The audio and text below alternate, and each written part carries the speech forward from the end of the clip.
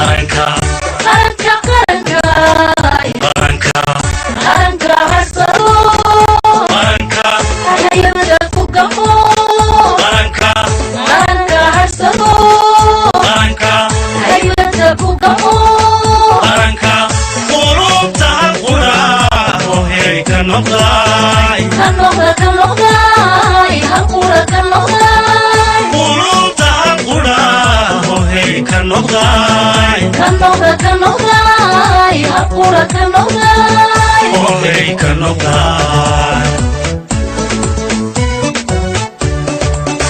وكاورو مريدوكي هويه ninkii u haweyn hoggaanka dalko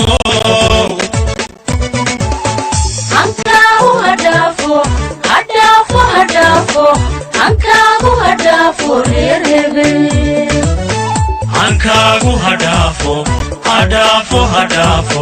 hankaagu hadhaafo reer hebel wakaa horumaray dhulkii hooye ninkii u haweyn hoggaanka dalko hankaagu hadhaafo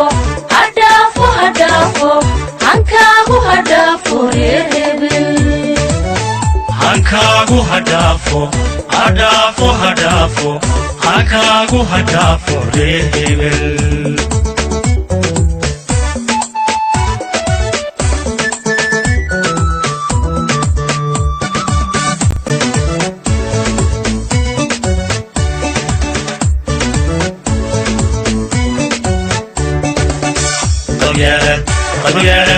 qabyaalad hodheeraadaan kuubsano dadkuna ka hadhaan haybiyo qoloqolo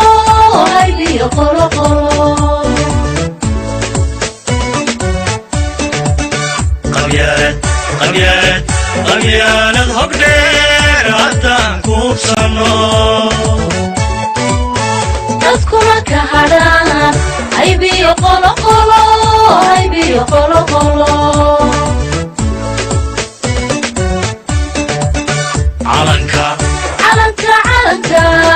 calanka hagarli calanka naftaba loo furay calanka hagarli calanka naftaba loo furay calanka dunida agrata u yeeli lahayd agrata u hiili lahayd dunida agrata u yeeli lahayd agrata u hiili lahayd u yeeli lahayd calanka hagarli calanka naftaba loo furay calanka hagarli calanka naftaba loo furay calanka dunida agrata u yeeli lahayd agrata u hiili lahayd dunida agrata u yeeli lahayd agrata u hiili lahayd u yeeli lahayd wakaa horumaray dhulkii hooye ninkii u haweyn hoggaanka dalko hankaagu hadhaafo hankaagu hadhaafo reer hebel hankaagu hadhaafo hankaagu hadhaafo reer hebel wakaa horumaray dhulkii hooye ninkii u haweyn hoggaanka dalko hankaagu hadhaafo hankaagu hadhaafo reer hebel hankaagu hadhaafo hankaagu hadhaafo reer hebel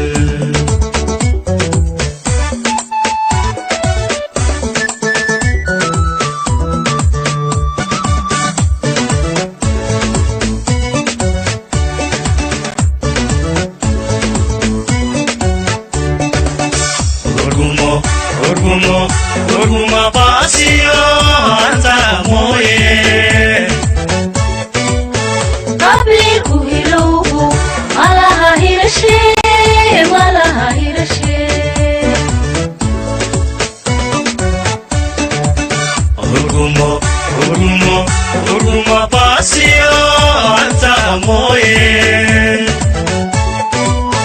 qabiil u hilowgo malaha hirashe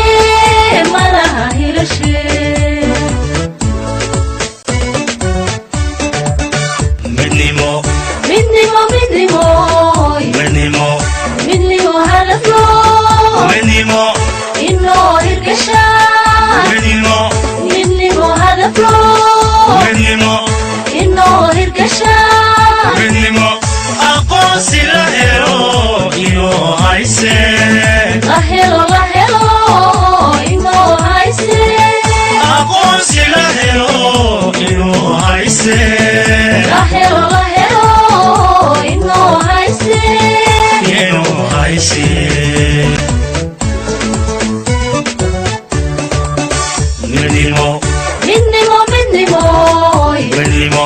midnimo hadafo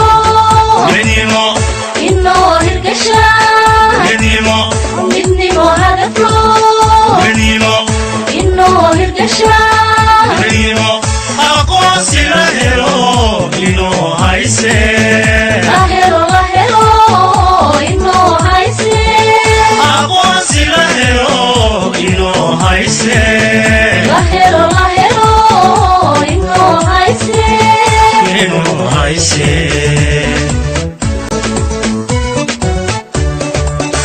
wakaa horumaray dhulkii hooye ninkii haweyn hoggaanka dalko hankaagu hadhaafo hankaagu hadhaafo reer hebel hankaagu hadhaafo hankaagu hadhaafo reer hebel wakaa horumaray dhulkii hooye ninkii haweyn hoggaanka dalko hankaagu hadhaafo hankaagu hadhaafo reer hebel hankaagu hadhaafo hankaagu hadhaafo reer hebel wakaa horumaray dhulkii hooye ninkii haweyn hoggaanka dalko hankaagu hadhaafo hankaagu hadhaafo reer hebel hankaagu hadhaafo hankaagu hadhaafo reer hebel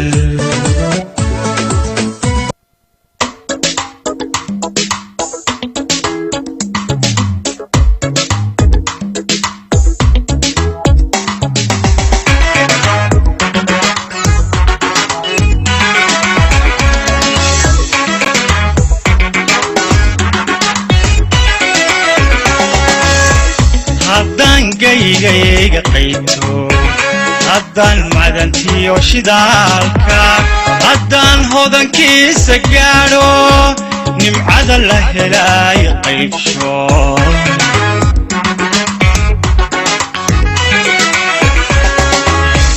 haddaan gaygayga qayto haddaan madantiyo shidaalka haddaan hodankiisa gaadho nimcada la helay qaybsho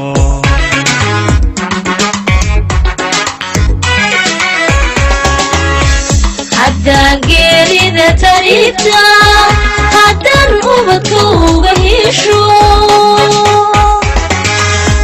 haddaan ultiya tacluusta haddaan ka badbaadsho hooyo haddaan dunida horaysa lahabto horumarkeeda lahabto horumarkeeda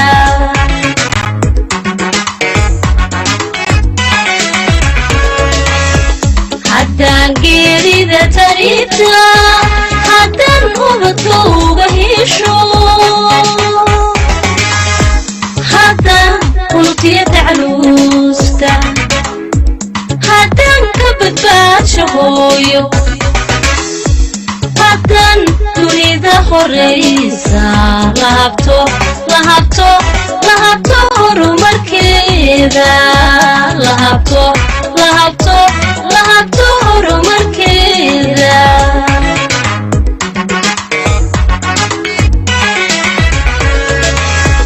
هانكي قرنكا هانكي قرنكا هانكي قرنكا هانكي قرنكا رموبي hiigsiga himilada dalkeena hiigsiga himilada dalkeena hayaanka tubtiisa haysta firkiyadooga iftimay hawada uduga nasaqday midhaha hoobanta hawrtay ilaaca cirka ku hooray هوري هوري إلا عيرك هوري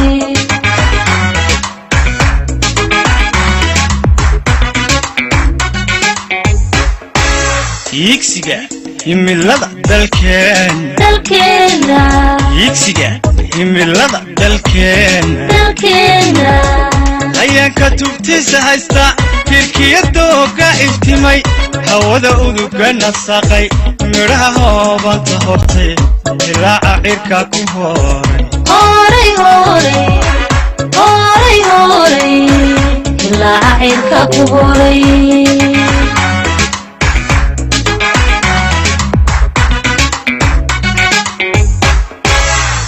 هردا وحديو jidhaanta هردا وحديو jidhaanta amiga nolol aayatile ibada ebe ebalaran hadan hantiyoon fayto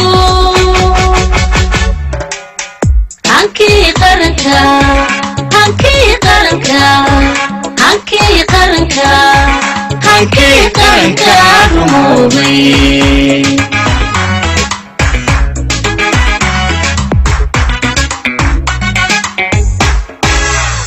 هردا وحديو jidhaanta هردا وحديو jidhaanta amiga nolol aayatile ibada ebe ebalaran hadan hantiyoon fayto hankii qaranka hankii qaranka hankii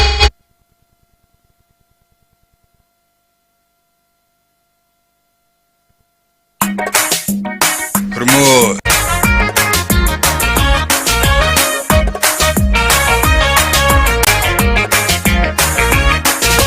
dhulkaaga dhulkaaga dhulkaaga dhulkaaga lagu hodnaa harkiisa lagu nastaa halkaasa halkaasa halkaasa lagu degaa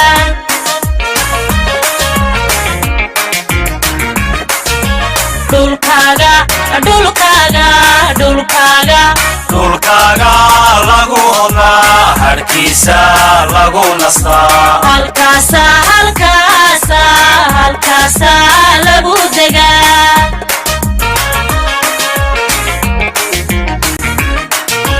hamun hamun looguma dhintee hoobantiisad cunta hoobantiisad cunta dadkaagaad hiishataa ciiddaadaad haybsataa dadkaagaad hiishataa ciiddaadaad haybsataa ciidada haysataa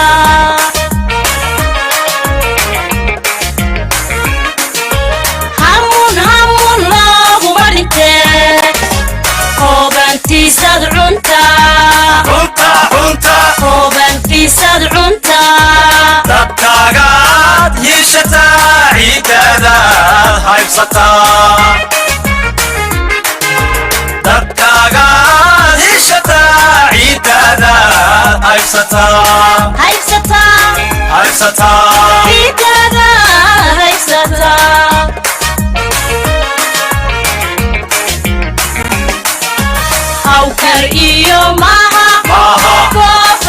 لما دقان خباسي بوله عرض هوستي مرتا وحي وتعاقا هاوكر إيو ماها فرسي لما دقان خباسي بوله عرض هوستي مرتا وحي وتعاقا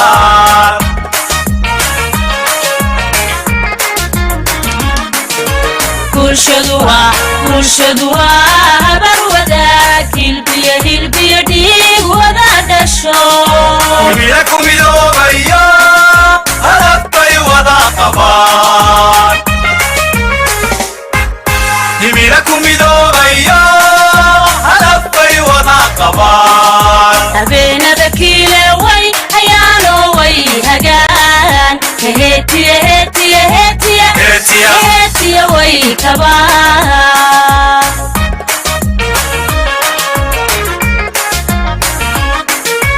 bulshadu waa habar wadaag hilbiya dhiig wada dhasho himila ku midoobayo hadaf bay wada qabaan himila ku midoobayo hadaf bay wada qabaan habeenada kiile way hayaano way hagaan heetiya way kabaan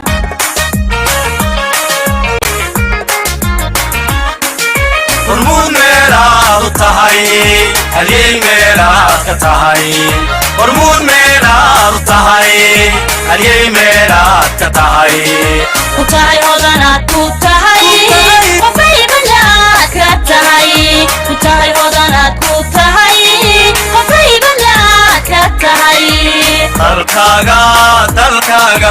dalkaaga laga helaa dalkaaga laga helaa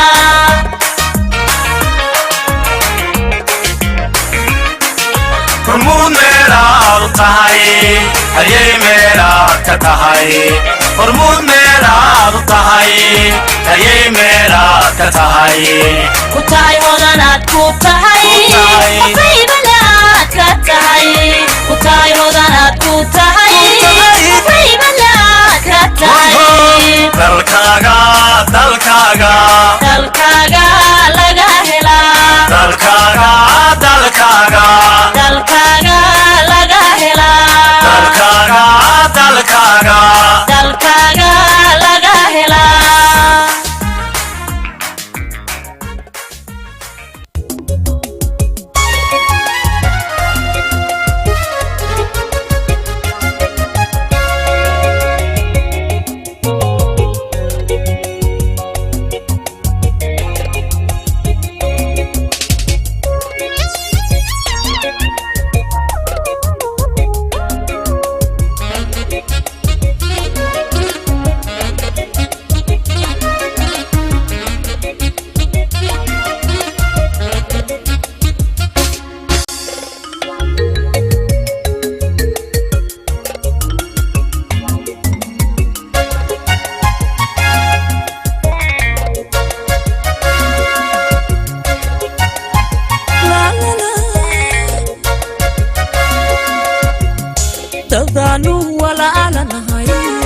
dadaalo nabadaho disatara inta ay qorteen u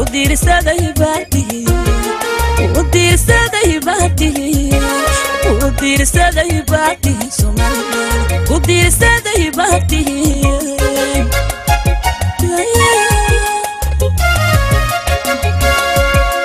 dadaanu wala alanahay dadaalo nabadaho disatara inta ay qorteen u diirsaday baatihi Soomaaliland u diirsaday baatihi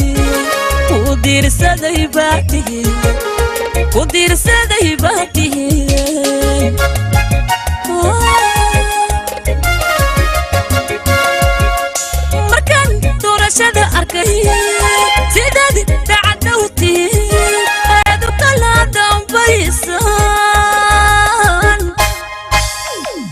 u diirsaday saday baatihi Somaliland ku diirsaday baatihi ku diirsaday baatihi ku diirsaday baatihi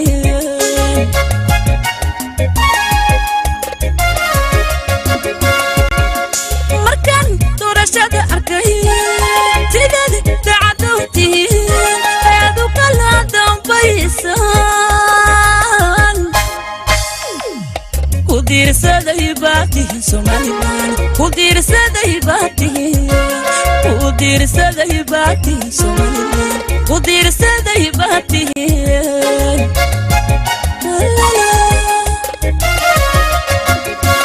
martida meel dabaxsano dadbaadani ku badbaadayo dal aanani ku jecelo Somaliland Somaliland Allah hidaa'ino dindaa udaya shaadi mudatihi Allah hidaa'ino dindaa udaya shaadi mudatihi Somaliland Somaliland Somaliland Somaliland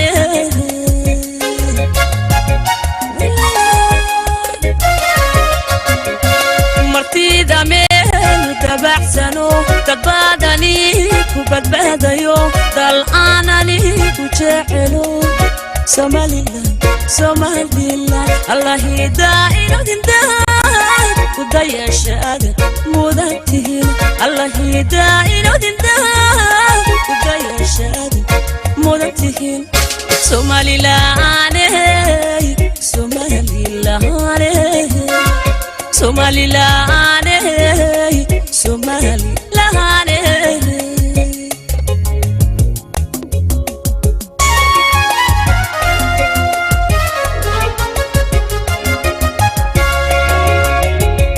لحن كسر محمد مرور على السودان موسيقى برسمدي عبد الرشيد على حمري بردي عدكي فرحية فسكة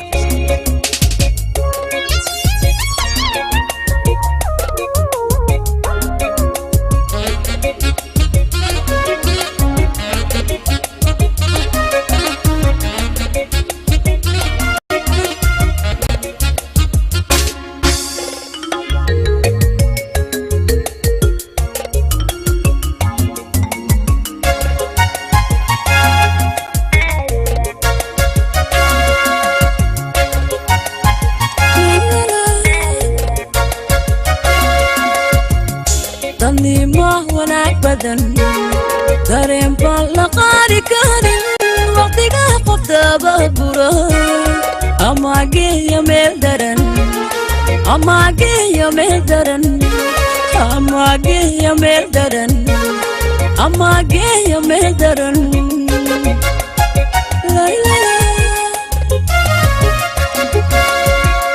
dadnima wanaag badan dareen baan la qaadi karin waqtiga qofdaba buro ama geeyo meel daran ama geeyo meel daran ama geeyo meel daran ama geeyo meel daran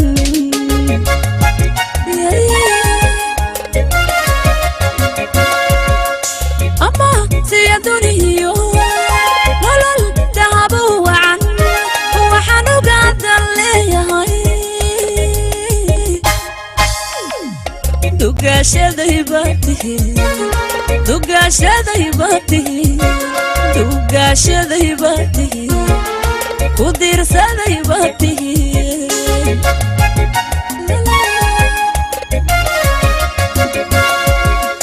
ama siya duniyo nolol dahabo wacan waxaan ugaadan leeyahay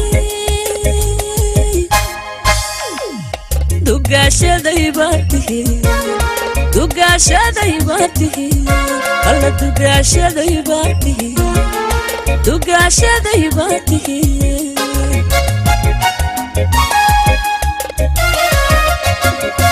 martida meel dabaxsano dadbaadani ku badbaadayo dal aanani ku jecelo Somaliland Somaliland Allah hidaa'ino dindaa udaya shaadi mudatihi Allah hidaa'ino dindaa udaya shaadi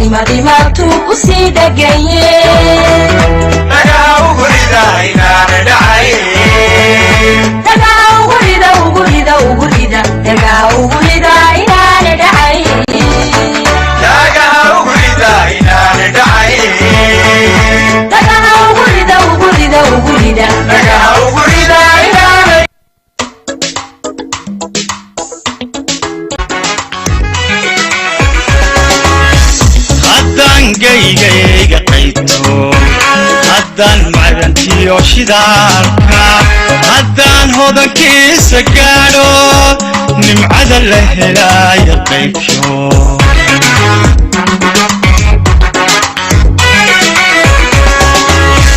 haddaan geerida tarita haddaan ubadkooga hesho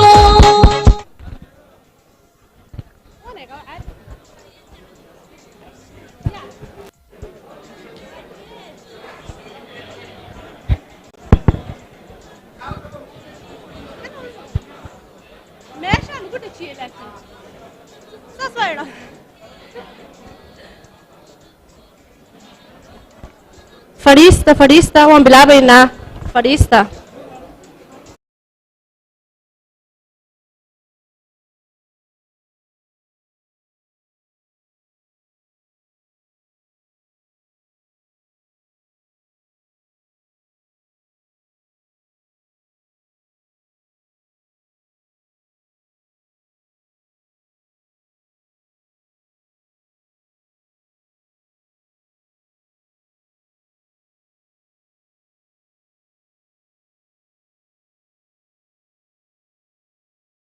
Excellencies, His Excellency the Vice President of the Republic of Somaliland, the Mayor of Hargeisa, Ministers, Members of Parliament, distinguished guests, professors, teachers, students, ladies and gentlemen, it's a pleasure to welcome you to the 14th Annual Hargeisa International Book Fair, an event that's known to bring people of walks of life.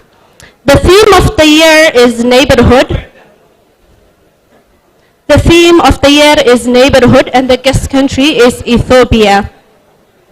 We have previously had themes including coexistence, wisdom, connectivity, freedom, censorship, citizenship, collective memory, visualization of the future, journey, imagination, space, leadership, and creativity. Over the years, we have welcomed Nigeria, Ghana, Kenya, UK, South Africa, and the last guest country was Egypt in 2019 before COVID-19 took us by storm. Funny enough, I was actually the host for 2019, and I only had my mom, my brother, and a friend on the audience, and I'm lucky to have many friends in the audience today that I have made through this networking event. The social medias that you could follow us today is at HIPF, using the official hashtag at hashtag HIPF 2021. The Facebook event, the Facebook page at Harunta Dhaqanka Hargeisa. We're going to open the event with Quran, and I will be calling Zakaria Khaira Mohammed to do it. By the way, waxay ku soconaysaa barnaamijkani Soomaali iyo English. Waxba lama translate gareeyo. Kelmadaha ku baxa Soomaalina Soomaali bay ahaanayaan, kuwa English kuna English because waqtiga ay nagu yar. Zakaria Khaira Mohammed.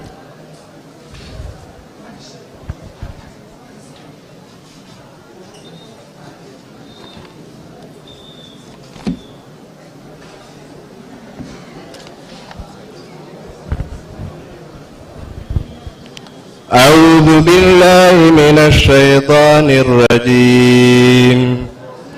بسم الله الرحمن الرحيم. ألم نشرح لك صدرك ووضعنا عنك وزرك الذي أنقض ظهرك ورفعنا لك ذكرك فإن مع العسر يسرا إن مع العسر يسرا فإذا فرغت فانصب وإلى ربك فارغب. صدق الله العظيم. صدق الله العظيم. Mahadsanid Zakaria. And now we're going to do the national anthem by Halkar Academy, followed by a dance. Halkar Academy, welcome to stage.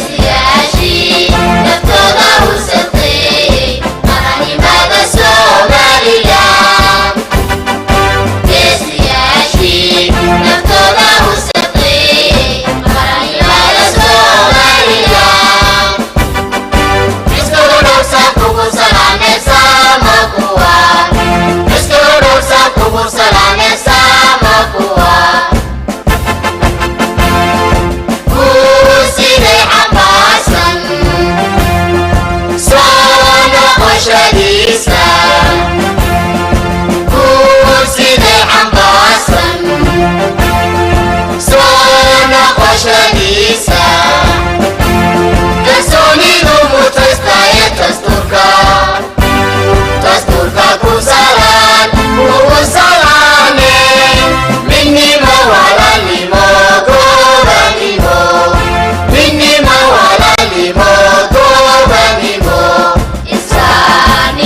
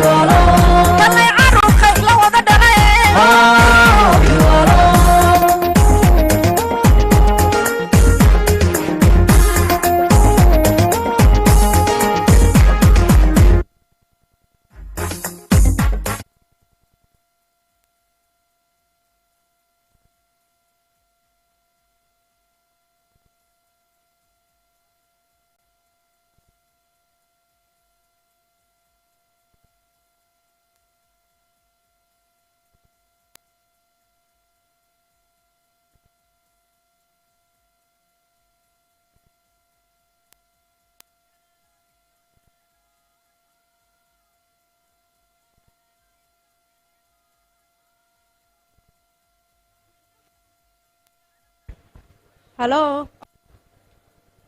Well, I hope that was better than your morning tea and coffee and you all feel refreshed and awake.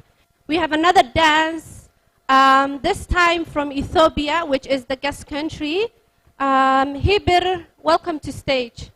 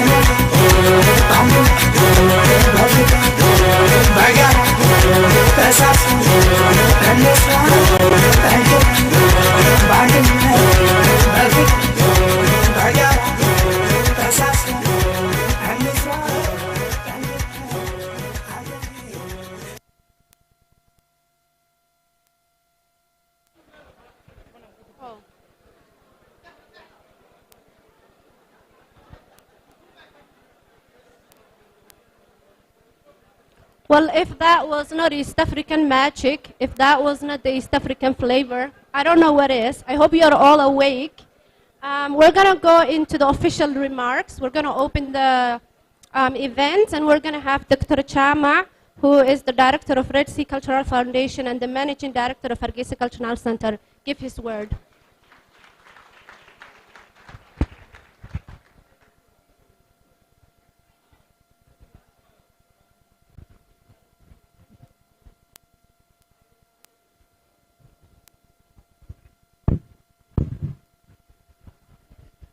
بسم الله الرحمن الرحيم.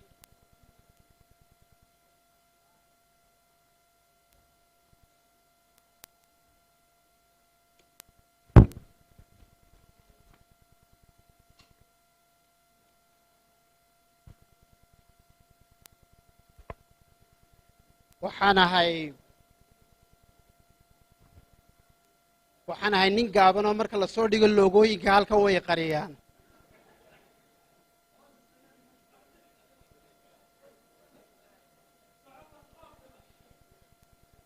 sharafna way tahay calaamadii qaranku inay hortaala loogadeedu marka qolooyinka markii halkan laga qaaday hamoodina in qaranka la diidaye odayga inay mahalo qariyaan baa lagala cararaysaa hawlo la socdo.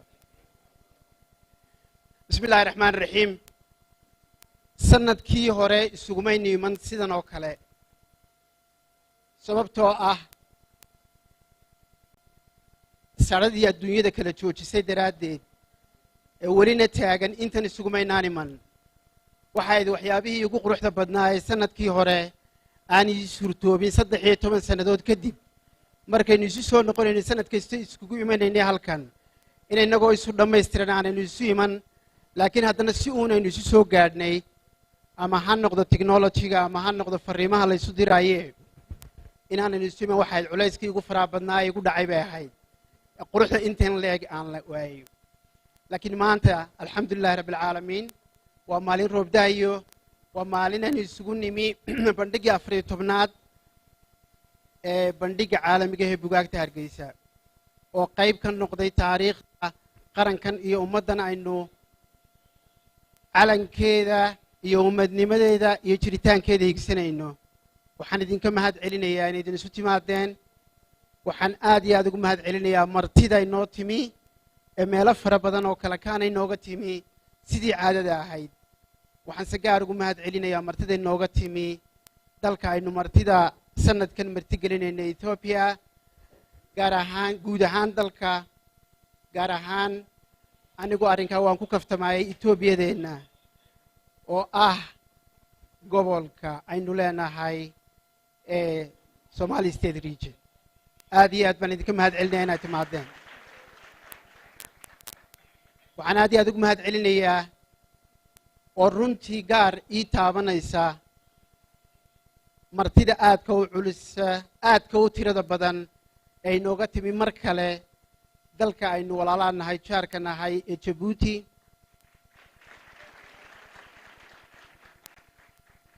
oo ay hogaaminayso wasiirka dhaqanka iyo dhalinyarada saasaan anigu kala hormarinayaaye oo ah laba arrimoodoo aad iyo aad isu ah xaruntanna u ah aasaaskay u jirto dhalinyarada iyo dhaqanku. aanaan ku faraxsanahay wasiir Dr. Hibo iyadoo aan wasiir ahayn inay qayb ka ahayd maanta iyadoo wasiirana inay noo timi. waxaan aaminsanahay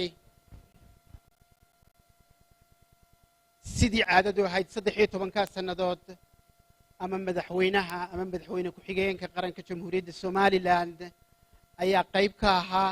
waxaan aad iyo aad ugu mahad celinayaa sanadihii u dambeeyey mudane madaxweyne ku-xigeen inaad markastana la joogtay oo maantoon ogahay inay howlo personalaha iyo kuwa shaqaba ay ku yaaleen inaad noo timi oo aad nala joogto. runtii sharaf weyn bay noo tahay waanaan kaaga mahad celinayaa mudane madaxweyne.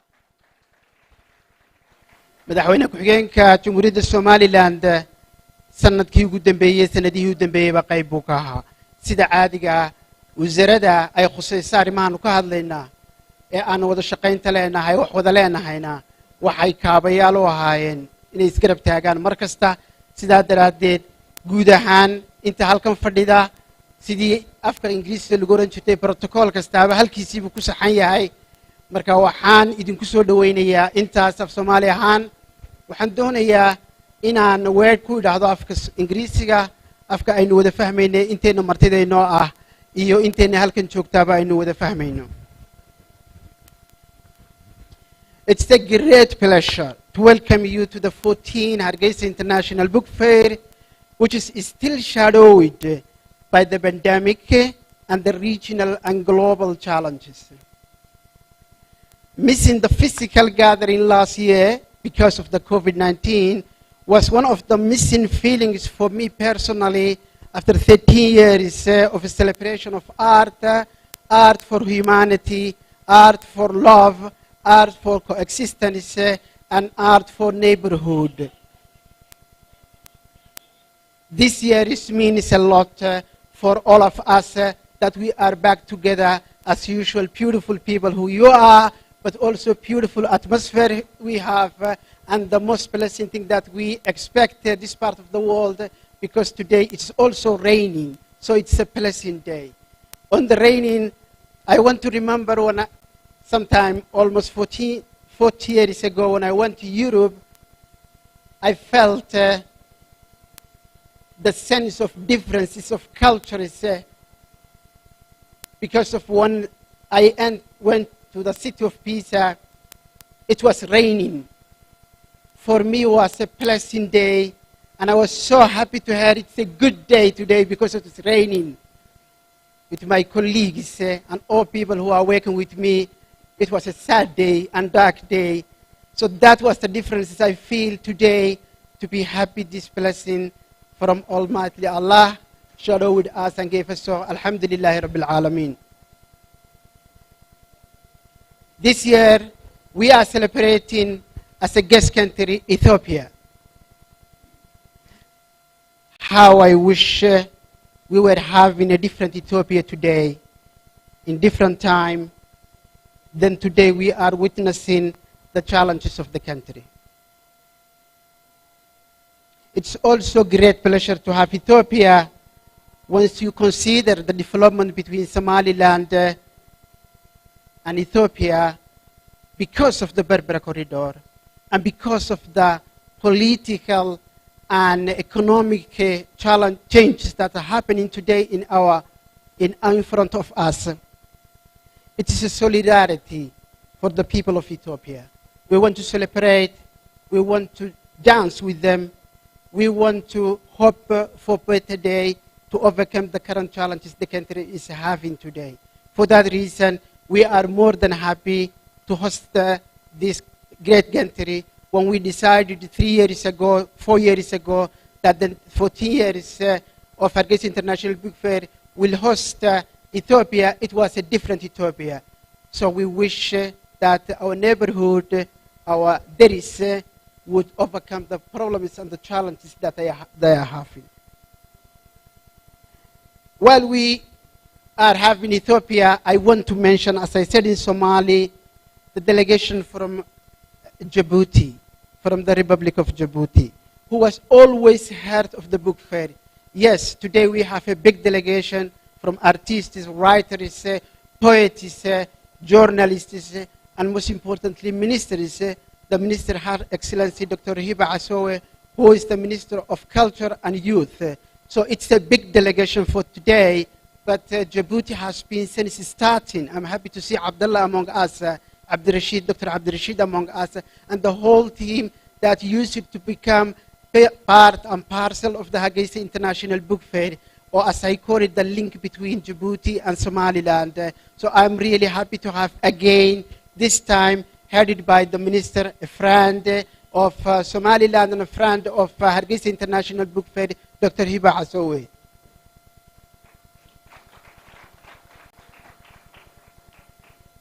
As you already know, Hargeisa International Book Fair is not just a book fair, and it is most importantly different from the other book fairs of the world. In the world, what measures the success of a book fair is the volume of a book exchanged and the number of books sold out. Here, what makes difference is the beauty of the people, the audience, and the love of art, for art and culture, and people who are coming together here celebrating the coexistence of all over the world. So that is the beauty of the Hargeisa International Book Fair, and that is the reason I call it is beyond a book fair. I just want to conclude to one more time mention how Hargeisa International Book Fair is a window for Somaliland. If the young Somalilanders cannot travel because of the passport, we want that the world comes to Hargeisa and salute them. If they can't travel, we want that window should be open on both sides. It's a window for the world to look at it, to look at Somaliland, what Somaliland is, what we have to offer to the world, and the beauty of the young people, 55 of them coming from the 6 regions of Somaliland today, traveling last night to come here together to understand what this means for them, for us, for all the neighborhood, the good neighborhood. A neighborhood could be your close neighborhood as a physical house. It could be the region of Somaliland close to your region. It could be in this Horn of Africa, in the worldwide, what does mean neighborhood. That's what we want to discuss for 6 full days and come up with a concrete suggestions and proposals that these young people coming from all over the country go back to their regions and explain what does mean being and having a good neighborhood and a collaborative, constructive neighborhood. For that reason, we will be focusing the heritage. We will be talking about what connected to Ethiopia and Somaliland. We will be talking the Islamic manuscripts circulated in this part of the world for a long time. We will be talking about how Berbera, the city of Berbera, it is own heritage. It is different civilizations that passed through. What does mean that today for the young people in this country to understand and picture out the different civilizations that we have in this part of the world. That is what the Hargeisa International Book Fair is. That is what is offering to you, and that is what we are expecting from you coming all over the world. Again, one more time, thank you so much for coming, and welcome to Somaliland and to Hargeisa International Book Fair.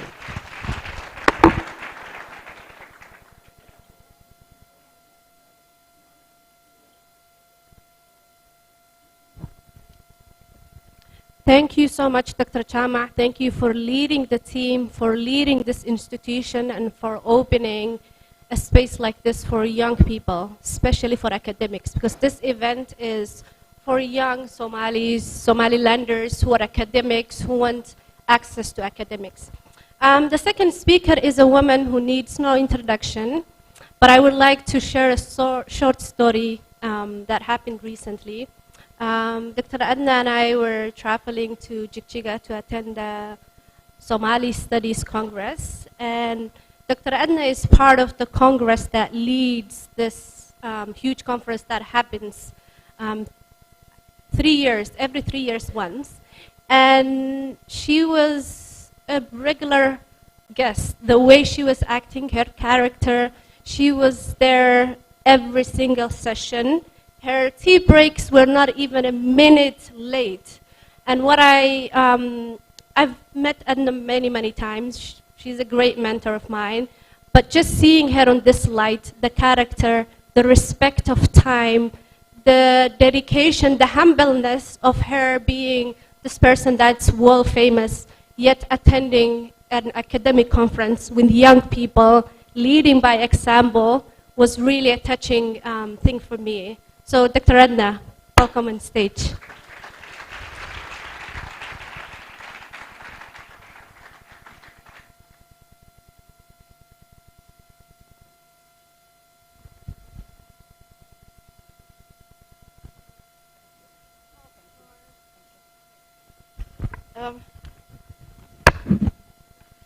Oh my goodness. You've made me emotional.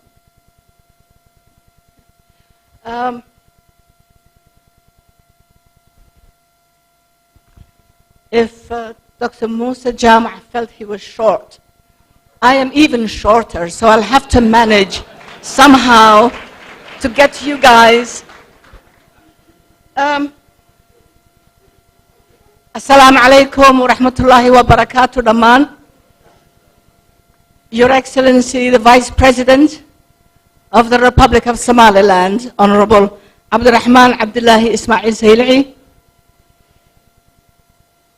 Honorable Abdulkarim Ahmed Moge, the Mayor of Hargeisa. And I'm going to let you into a secret today because I've given him another name. Magacbaan u bixiyey. So I hope your mother will forgive me. Waxaan u bixiyey khayr wade.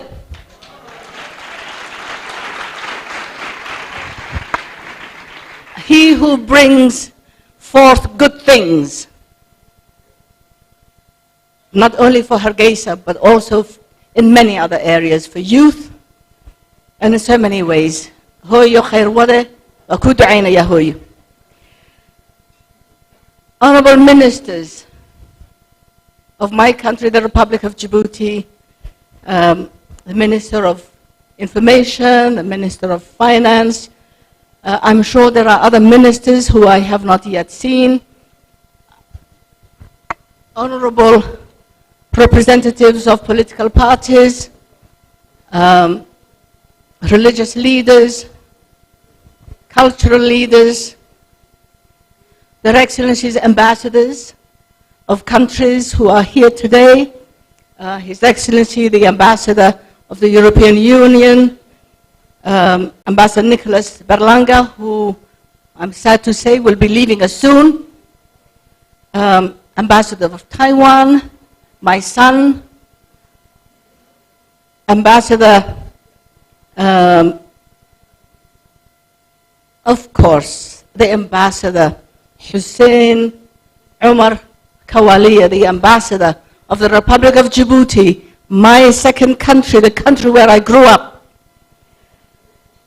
Consul General of Turkey, and any other ambassadors who are here, and of course, my other son, Stuart from Great Britain, that country that shaped me, the country that I was born into, and his delegation. And I see so many sons and daughters.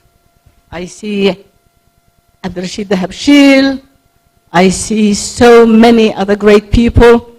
I see Yayan Haji Farour Banarka, you know, meesha hadalka badan aan ka keenay. Representatives, ladies and gentlemen, and great guests. And of course, most importantly, the country that is hosted today, Ethiopia. Honorable delegates, honorable guests, ladies and gentlemen, and of course the hundreds of youth who are out there and so beautiful and so colorful. Dear guests, let me first thank Allah for making it possible for Somaliland to pioneer and hold book fairs in our part of the world. Let me also recognize that none of this could have happened without the initiative of Jama' Musa Jama' and the hard work of his team, the Red Sea Cultural Center and Foundation. Ladies and gentlemen, this is a special year when we have just held the 8th elections in Somaliland. There are countries that are struggling to hold their very first. Somaliland has held its 8th. An election that has become known as one of the most transparent, fair, peaceful, and honorable elections in Africa. However, as a woman, I would have liked that our people would have elected some women to our parliament. And I hope those who will hold elections in the future will make sure that they cast some votes for the women leaders that we have in Somaliland, who would have contributed so much to the country and the people of Somaliland. But it happened, and I hope we can rectify that in the future. The elections that we had in Somaliland were led by the youth, who led not according to political or tribal allegiances, but they elected individuals who they believed would bring forth the aspirations of our people for fairness, for transparency, for hard work, for dedication, for patriotism. They elected individuals, and that is what we need to do. Good people who will lead your country. I would like to mention the importance of patriotism, but also transparency, fairness, brotherhood, good neighborly relations, which are the theme of today's book fair. It is my hope that the youth, and indeed all Somalilanders, will remain united to fight against anything they know can stand in their way towards their aspirations for peace, progress, prosperity, and good governance for our people, as well as for our neighbors and for our trading partners.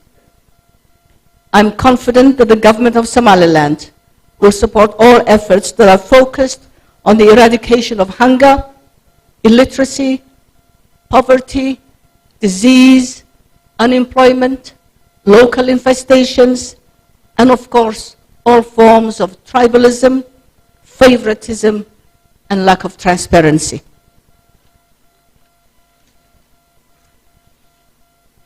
May this year may also be the year when the world is freed of COVID, freed of this pandemic that has taken so many loved ones from families, this pandemic that has caused so much suffering, during which most countries functioned far less to their potential and their abilities. I would like to welcome all visitors to Somaliland and hope they will have 6 great days, days of literary and intellectual stimulation. May your days be happy. May you return and again to Somaliland. And I thank you all for attending this great conference, this great book fair, which is one of the best I have ever attended, because each year I see more and more young people and so many more books being written and published. And by the way, my little book is also going to be inaugurated later this afternoon. So I welcome you all. I see my friend who's looking after the cheetahs. We share so much love for these animals, for their protection and for their good health. Thank you for what you're doing. Thank you for looking after our environment. Thank you for looking after our people, because it's the environment that looks after our people. Thank you, all of you, for being here. Assalamu alaikum wa rahmatullahi wa barakatuh.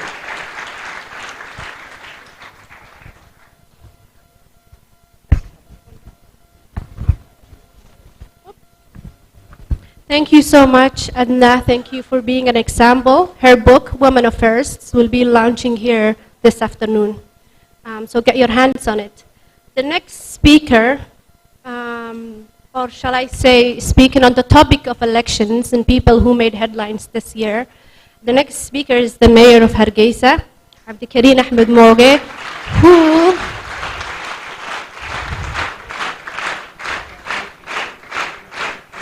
Abdikarim was elected by 27,000 voters, so congratulations.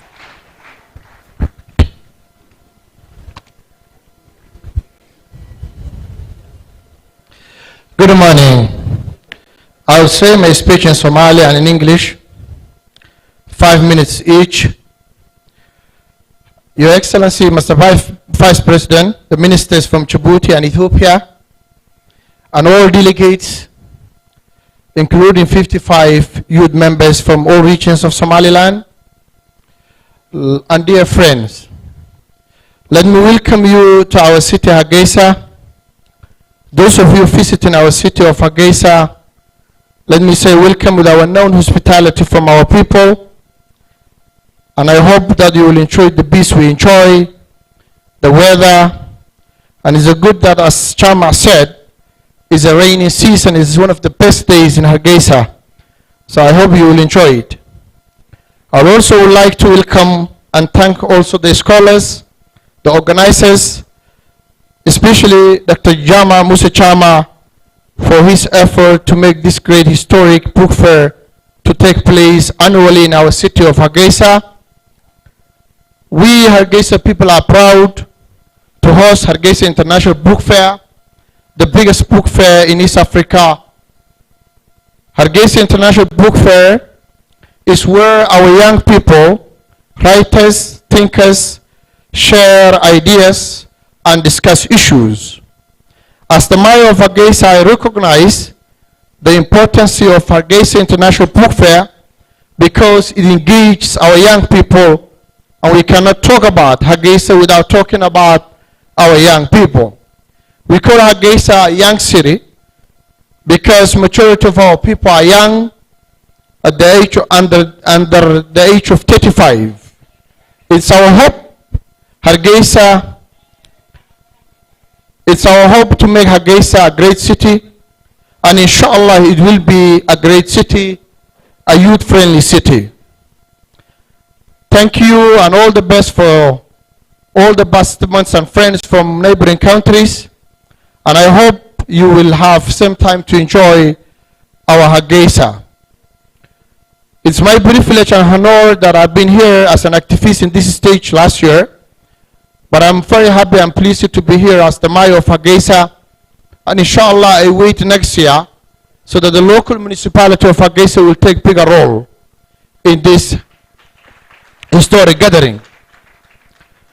I personally welcome our friends from Ethiopia and Djibouti because I know that Somaliland, Ethiopia, and Djibouti are brotherly countries, and we share a lot of history, we share culture, sometimes we share languages. So I'm very happy that ministers from Ethiopia and Djibouti are here also. I also thank that most of the ambassadors are here. I can't say all the names because I don't have time. I only have 10 minutes to say, so I welcome also the ambassadors. For our young people of Hargeisa, I'm very happy and pleased that Hargeisa International Book Fair is a platform where our young people can discuss issues and the burning issues of their city and their country. I thank Jama because Jama, you know, have been doing this for 14 years, and we have been doing with him. And as a mayor of Hargeisa, inshallah, next year, we will take our role. To say in Somali what I said, mudane madaxweyne ku-xigeen, wasiirada ka yimi Ethiopia iyo Djibouti, saaxiibada kale iyo wufuudda oo ay ku jiraan oo qiimo gaaran aan u hayo 55 dhalinyaro ah oo ka yimi gobollada Somaliland oo dhan. Marka ugu horeysa waxaan idinku soo dhaweynayaa caasimadda Hargeisa. Qolooyinkiina ay ugu horeyso inay markii ugu horeysa soo booqataan Hargeisa, waxaan idinku soo dhaweynayaa martigelinta caanka ah ee lagu yaqaano dadkayga. Waxaan rajaynayaa inaad nala wadaagtaan maalmaha halkan joogtaan nabadda aanu haysano. Sidoo kale waxaan jecelahay inaan halkan uga mahadnaqo iyagana oo aan soo dhaweeyo dadka halkan ka hadli doona inta ay socoto bandhiga buugaagta uu socdo, iyo sidoo kale dadka khabiirada ah iyo kuwa soo abaabulayba. waxaana si gaar ah runtii ugu mahadnaqayaa Dr. Jama Musa Chama oo dadaal badan ku bixiyay in book fair kan taariikhiga ah ee weyni inuu sanad walba ka dhaco magaalada iyada Hargeysa aanu jecelahay. sidoo kale haddaanu nahay dadka reer Hargeysa waxaanu aad iyo aad ugu haweynahay inaanu martigelino book fair kan 14 sanadood oo xiga si nabadgelyana uu ku dhaco. sidoo kale book fair kan wuxuu chance ya dhalinyarada waana halka kuwa wax qora iyo kuwa fikira iyo haddii ilaahay idamkeeda leeyahay ay ku wadaagaan fikradahooda, sidoo kalena ay kaga doodaan arrimaha iyaga khuseeya.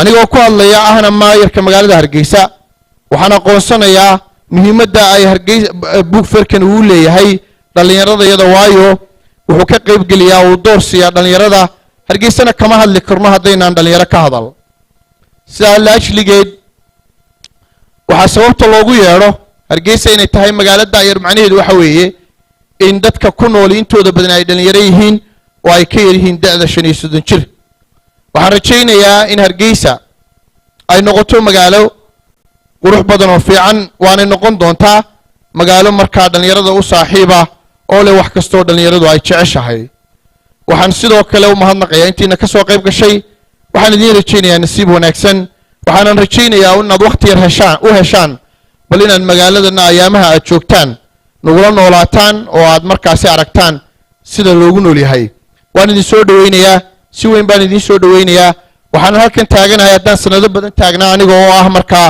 qof activist oo arrimaha xuquuqda bini'aadamka ka hadla wanaag u doodaya qabyaaladana ka hadla inaan maanta idin hor taaganahay anigoo maayarkiiniya magaaladiinana aan idinku soo dhaweynayo wassalaamu calaykum waraxmatullaahi wabarakaatu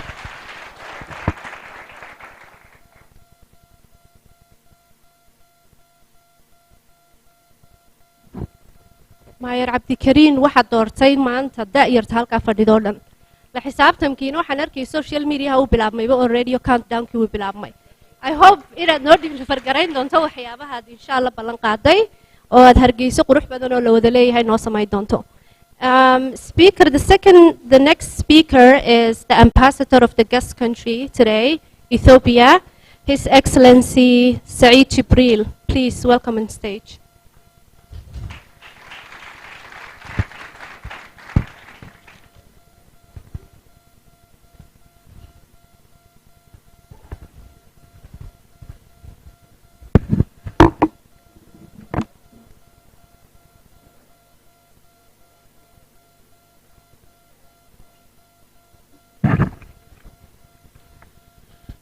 Your Excellency, Mr. Abdurrahman Abdullahi Ismail, Vice President of Somaliland, Your Excellency, Dr. Jama' Musa Jama', Managing Director of Red Sea Cultural Foundation and the Hargeisa Cultural Center, Honorable Ministers, Member of Parliament and Gurtis, Member of Diplomatic Community, Member of Academia, Media, and Civil Societies, distinguished participants, distinguished guests from different countries, Excellencies, ladies and gentlemen, all protocol observed.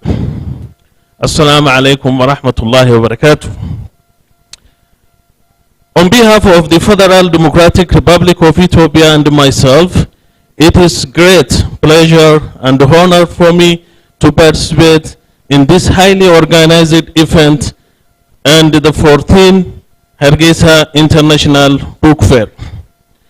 As you all know, Somaliland and Ethiopia have a long, intimate relationship which has political, economic, and social aspects, like traditional, cultural, historical, and people-to-people relation. It is important to underline that this and the other similar events will create network within the neighboring communities and encourage platform for discussion and the debate among the community and the exchange idea with a wider region. Excellencies, ladies and gentlemen, we are indeed fortunate to participate in this highly organized event and become the guest country in this year under the theme neighborhood, which signifies the importance of neighborhood and the peaceful coexistence of the society. I am profoundly pleased to welcome participants from Ethiopia, including or especially from Ethiopian Somali region and from Djibouti and all other countries who are here to actively participate in this event without cooperation and organization of the Hargeisa Cultural Center would not have been possible to come and participate it. I'm sure that participants will benefit and learn from a very distinguished panel of experts. Excellencies, ladies and gentlemen, please allow me to extend my heartfelt appreciation and thanks to my brother, Dr. Jama' Musa Jama' and his entire team of Hargeisa Cultural Center for organizing this beautiful event and inviting us to attend. Finally, on behalf of the Federal Democratic Republic of Ethiopia and on behalf of the Ministry of Foreign Affairs of the Federal Democratic Republic of Ethiopia, I once again to extend my warm thanks to the distinguished dignitaries and the participants, and I hope you will enjoy this beautiful and well-organized event. Thank you.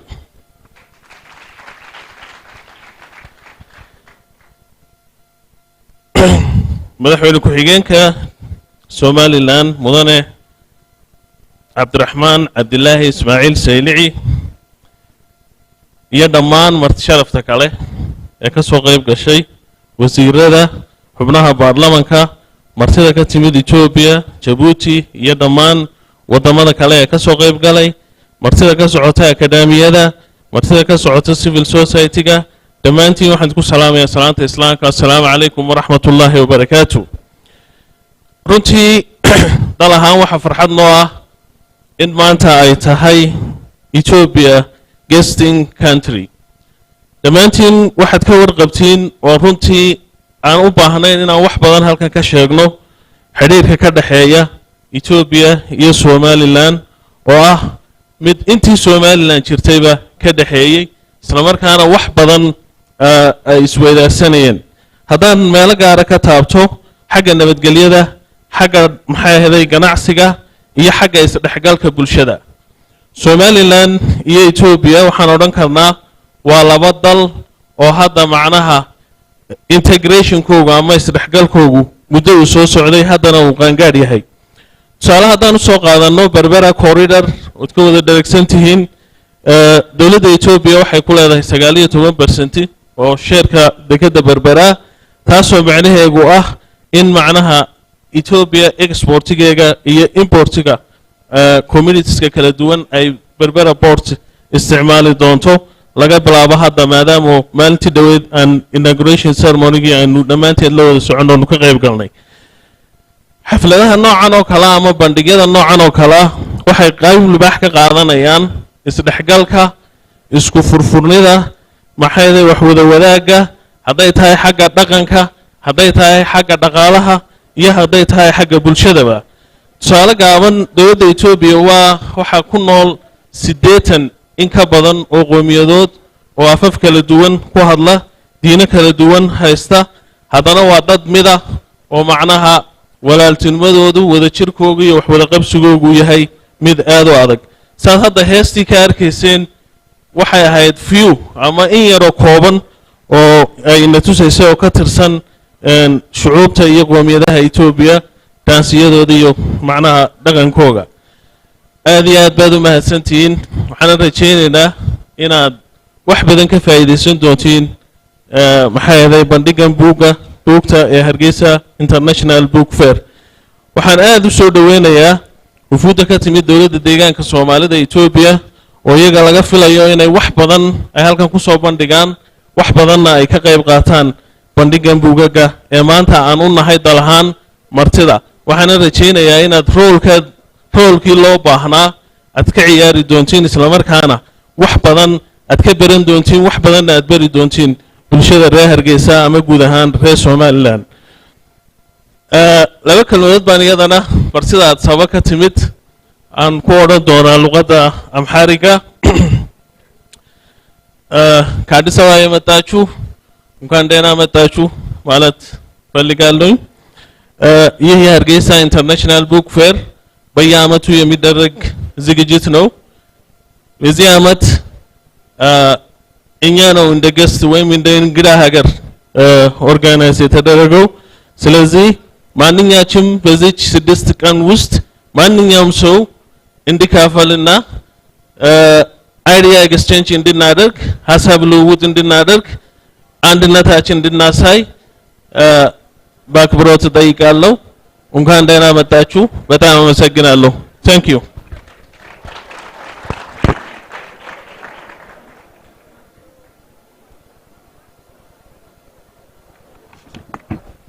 Thank you, Ambassador Saeed Jibril. And may I also add that Ethiopia and Somaliland have strong academic relations. Hundreds and thousands of Somali youth study in universities across Ethiopia. So thank you. Next up, we have a neighboring country by spirit. I'm going to have the representative of Taiwan give his word.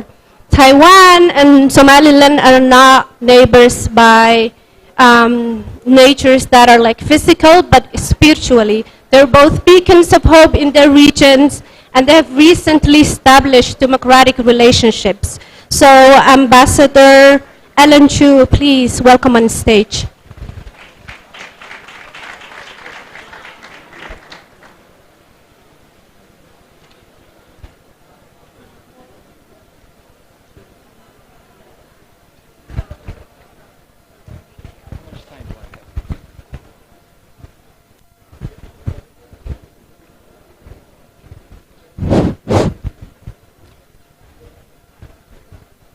Since the protocol has been reserved, so I just would like to just address everybody.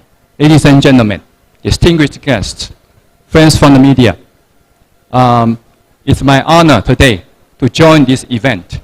Actually, I was invited to have a tour here about several months ago, and we just discussed the possible cooperation in the future. I would like to share with you that the Taiwan Book Fair is the biggest book fair in Asia. And since this year, all the countries are deeply influenced by the COVID-19, so it's difficult for traveling. So we expect next year we can have the chance for cooperation in this regard. Think about it. The Taiwan Book Fair plus book fair in Somaliland, what will happen? And also, many distinguished guests mentioned that the book fair is relating to the youth. And yes, and we expect in the future, we can also work with the cultural center, Hargeisa Cultural Center, to have some of the cooperation. And I would like to also take this opportunity to share with you that in this year, Taiwan provide 20 Taiwan scholarship for the Somaliland students to study in Taiwan.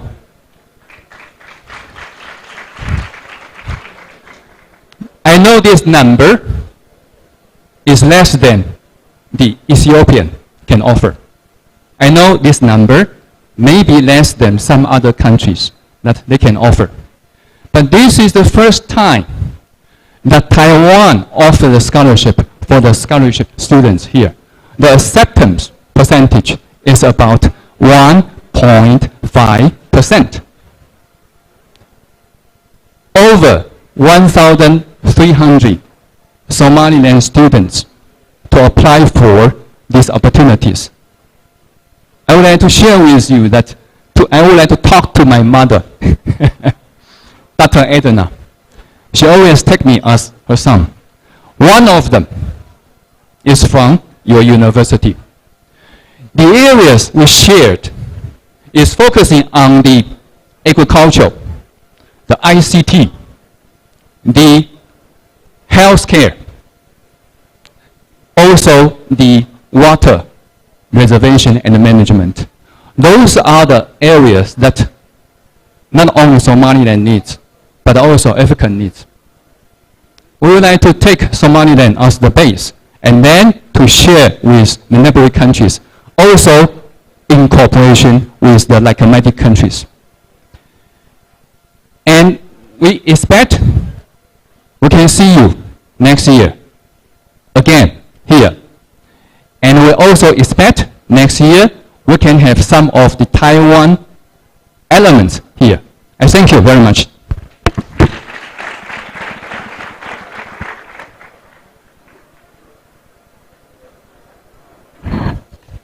Thank you so much, Ambassador Ellen Cho.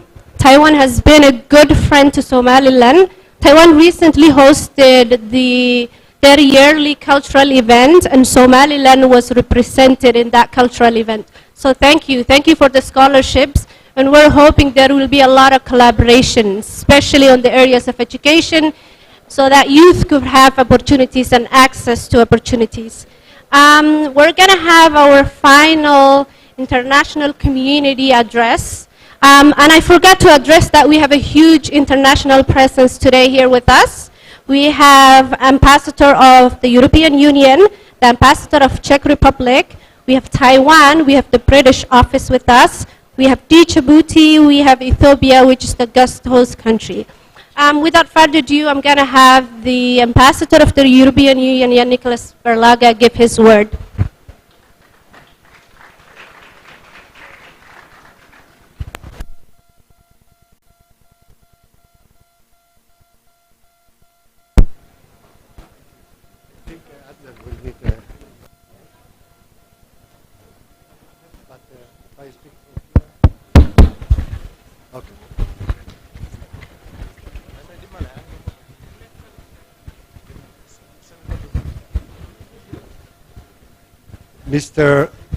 Mr. Vice President, Ministers, Mayor of Hargeisa, colleagues from the Diplomatic Corps, citizens of Somaliland, ladies and gentlemen, good morning to all. madaxweyne ku-xigeenka Somaliland, maayarka caasimadda Hargeysa, xubnaha golaha wasiirada, martida ka socota diplomatic community-ga iyo shacabka reer Somaliland, muwaadiniinta reer Somaliland, subax wanaagsan. It is always a problem when you take the floor after all these good speakers, because normally you have the temptation to tear down your speech because everything has already been said before. inta badan way adag tahay marka cid ka aftahansan oo ka hadal wanaagsan iyo hadasho kelmadda kaaga horeyso hadalkii aan oran lahaay oo dhan waa hore loo wada yidhi. So I decided maybe to improvise and to say different things, or try to say different things, but let me confirm Dr. Jama Musa Jama, as he said, that in Europe it rains also, not only in Somaliland. khudbadaydu waan bedelaya buu yidhi maadaama hadalkii hore loo yidhi jaamac baan la kaftamay buu yidhi wuxuu yidhi Yurubna sidoo kale roobku ka da'ay Somaliland kaliya kama da'o. And also when it rains it is a blessing. So as this year we are talking about neighborhood, maybe we should talk more about the rain and how the rain has no language and talks to us in the same way. waad la socotaan roobabka Yurub ka da'ay roobab xoog badan oo dhibaato geystay marka wuxuu dhinac kale hadaynu ka eegno waxa weeyaan roobabka markaynu eegno roobabku luqad ma leh dhammaanteen bay nagu da'aan meel kasta oo adduunka ka joogno. In fact, the rain helps a lot to build good neighborhood. xaqiiqduna waxa weeyaan roobka haddaynu tusaale soo qaadano roobku wuxuu qayb ka qaadanayaa wanaajinta derisnimada iyo jaarnimada. Because what do you do if the rain make that you cannot go to the courtyard because there is water everywhere? maxaad samaynaysaa haddii roobku kugu bato oo aanad meel la gaari karin oo biyo meel kasta ay daadsan yihiin? You talk to your neighbors and you ask for help to your neighbors to see how you can get rid of your water.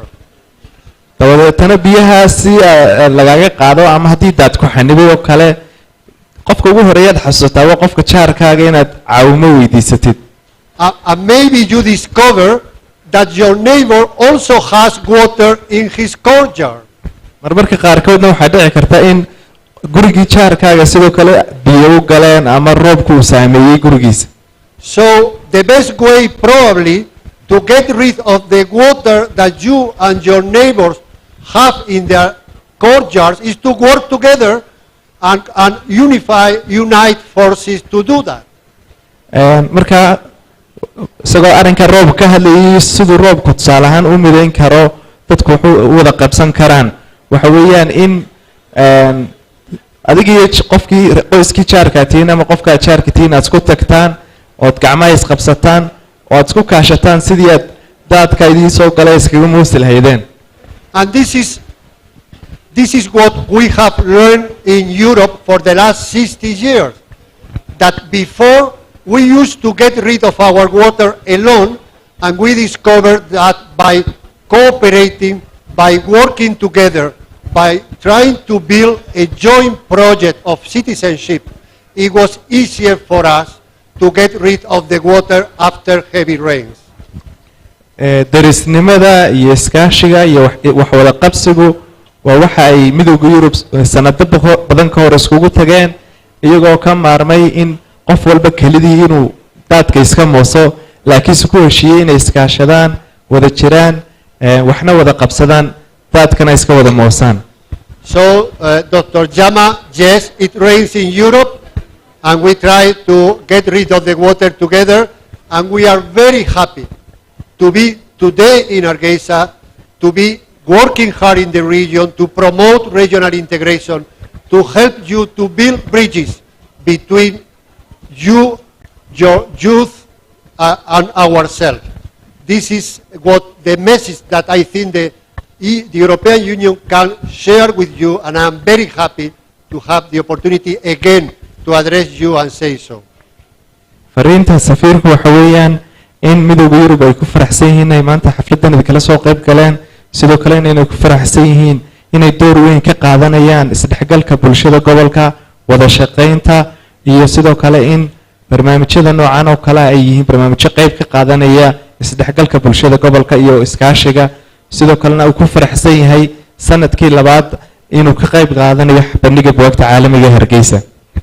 But young ladies and gentlemen, you know, politicians and diplomats, we like to talk about politics. But today it is about culture. It is about the book fair. dhalinyarada xagga daba fadhida iyo hablaha waxaad ogtihiin in siyaasiyiintii diblomaasiyiintii inta badan siyaasadda ka hadlaan laakiin maanta waxaan ka hadlaynaa waa dhaqanka iyo darisnimada. So my message to you, young ladies and gentlemen, is that by going deeper in cultural issues, by having this sense of discovery, of learning, of studying, of adapting your language to the language of your neighbors, in fact, you will discover one thing, is that we all belong to the same global nation of human beings.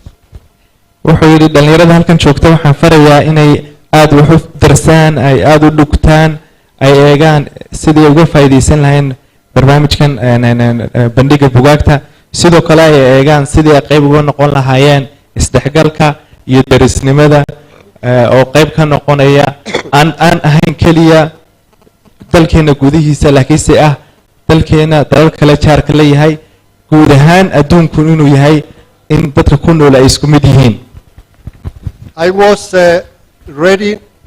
reading yesterday a very well-known Nigerian, then African female writer. shalayta wala waxaan akhriyay buug ay qortay gabadh Nigeriana oo aad u caan ah. And she wrote the following: people make culture. Culture does not make people. marka buugga waxyaabo ku jiro ka soo qaatay waxa kamid ah dadku iyaga dhaqanka sameeya laakiin si dhaqanku dadka ma sameeyo. It is not me, it was not an European who says so. It is a female African writer saying that the best way to break the wall between the courtyards between your neighbors or with your neighbors, the best way to adapt your language to the language of your neighbor the best way to build bridges with your neighbors is culture. marka oraahda waxaa sameeyay qof Afrikaana maaha mid Europeana sida ugu wanaagsan ee lagu dhisi karayo bridge la iskugu talaabo oo dadka jaarka iskugu talaabaan kala faa'iideysiga wadaagida dhaqanka iyo luqadda waa mid loo baahan yahay. So please, you can do that and we will be very happy to accompany you. haddaad taas samaysaan midowga Yurubna wuu idin garab soconayaa wuuna idin taageerayaa. It was a great emotion when on the 31st of May we have the opportunity to accompany you during the local and parliamentary elections. dareen weyn iyo qiimo weyn bay noo lahayd maalintii 31 May ee doorashada la qabtay in midowga Yurub ay idinla socdaan idin garab socdaan idin taageeraan. When we saw these long queues in front of the voting stations for people that wanted to express their decision, that wanted to elect their representatives by voting peacefully and in an ordered way. dareen gaara bay lahayd maalintii doorashada markaan aragnay sidii ugu go'an tahay dadka Somaliland safafkii dhaadheeraa maalinta doorashada la galay oo dadku ay ku muujinayaan xaqooda inay doortaan ciddii matali lahayd haddii baarlamaan tahay haddii golo degaan tahay. The European Union want to congratulate you and congratulate all this young generation of mayors all over the big towns in Somaliland, all these new members of the parliament. We are convinced that they will work for their people and they will reflect the reality of your society. midowga Yurub marka koowaad wuxuu hambalyeeyaa shacabka Somaliland sidoo kale wuxuu hambalyeeyaa dhalinyarada iyo dad da'yarta Somaliland oo ku guuleystay inay kaalin laxaad la ka qaataan sidoo kale tusaale ahaan maayirada iyo dadka la soo doortay baarlamaanka intooda badan waa dad da'yar ah oo dhalinyar ah waxaan ku kalsoonahay in ay ka soo bixi doonaan kaalintooda. And I join my words to the words already said by Mrs. Edna Adan about the need to continue the efforts to make sure that women are properly represented also in the public life of your society. hadalkii aadna waa sii dhiirigelinayaa waxaanu dhiirigelinaynaa oo taageeraynaa in dumarku qayb ka noqdaan saaxadda bulshada ama mid siyaasi ha noqoto ama mid dhaqan ama mid bulsho ha noqoto. I have said that several times, maybe I have already said to you, but it was Nelson Mandela who said that a society cannot hold the sky only with one hand. You need both hands to hold the sky. Men cannot hold the sky of Somaliland. If not, you will have heavy rains more often. wuxuu tusaale soo qaatay halkudhega caana oo uu yidhaahdo madaxweynihii South Africa Nelson Mandela oo ah cirka labadaada gacan kaliya cirka kuma qaban kartid ee labadaada gacmood dad ku qabanaysa malaha waxaan u malaynayaa iyo labadaada gacmood ayaa laga ta Soomaaliga saasay noqonaysaa marka wuxuu leeyahay yani bulshadeenu hadday kala dhiman tahay oo dumarkii ay ka maqan yihiin saaxadda ma noqonayso bulsho dhammaystiran sidoo kale wuxuu kaftan ku daray wuxuu yiri roob badan uu dii doona haddaan labada gacmood sida Nelson Mandela sheegay biyaha lagu qaban. Let me finalize just with a request, with a humble request to Dr. Jama. The European Union is very happy, Dr. Jama, and I would like to publicly announce that to accompany you in your efforts to reproduce this good work that you do at the Hargeisa Cultural Center in Berbera, and to continue that this good wave of culture reaches also other towns in Somaliland. So let me express that we will be very happy to accompany you in this effort. sidoo kale wuxuu aad ugu hambaliyay jaamac Muuse Jaamac midowga Yurub xarunta dhaqanka ee Hargeysa muddo badan bay la soo shaqeynayeen oo ay garab taagnaayeen sidoo kale imkana waxaan jaamac Muuse Jaamac kala shaqeyn doonaa in la sameeyo xarun dhaqan oo cusub oo laga sameyn doono magaalada Berbera jaamacna waanu ku dhiirigelinaynaa waanu ku taageersanaa. Thank you very much. good week of book fair, and I hope that the rain will bless all of us in the future. Thank you. aad mahadsantiin roob khayr qaba oo caafimaad qabana.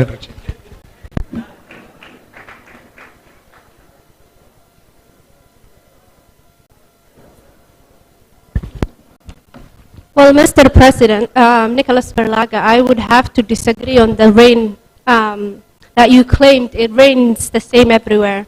No, the Somaliland rain is very unique. The aroma, the effect, the traditions, it's unique. You can't claim that one. It's a unique one. So we're going to move on to the official addresses by the government officials. I'm going to first have His Excellency Sulaiman Ali Kore, Minister of Information, Culture and Guidance, oo kelmadiisa imika ina siin doona.